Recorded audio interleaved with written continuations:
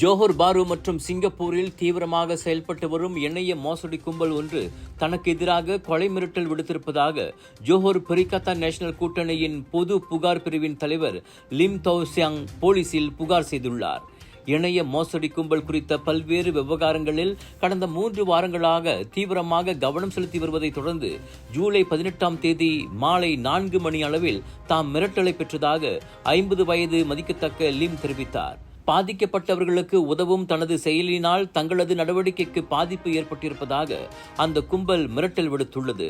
தனது அலுவலகத்திற்கு தீ வைக்கப் போவது அல்லது சுடப்படலாம் என அடையாளம் தெரியாத அக்கும்பல் புலனம் மூலம் மிரட்டல் விடுத்திருப்பதாகவும் அவர் கூறினார்.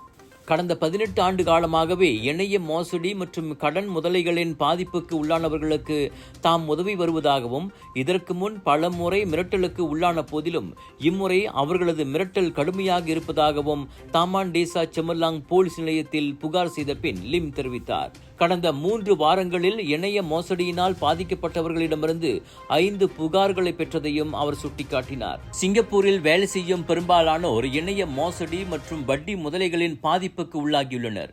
சிலர் வட்டி முதலைகளிடம் கடன் வாங்காத போதிலும் இணைய மோசடியினால் ஏமாந்துள்ளனர்.